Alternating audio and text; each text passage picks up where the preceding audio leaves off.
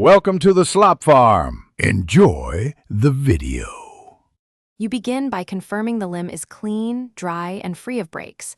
This matters because the wrap must sit smoothly against skin.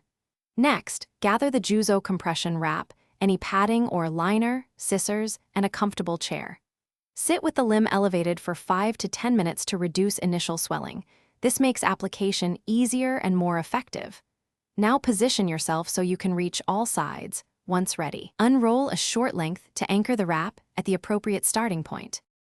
You anchor the wrap with 2 to 3 snug, but not constricting, turns at the base. This creates a stable foundation to build from. Once anchored, apply the wrap with roughly 50% overlap on each pass so pressure is distributed evenly.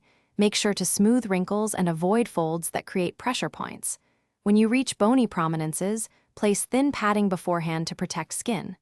After each substantial layer, pause and check that toes or fingers remain warm and pink.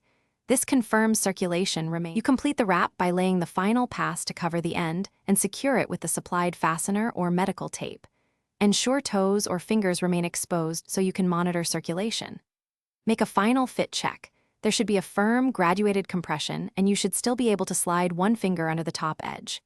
If you notice numbness, tingling, worsening pain, or color changes, loosen the wrap immediately and reapply with less tension.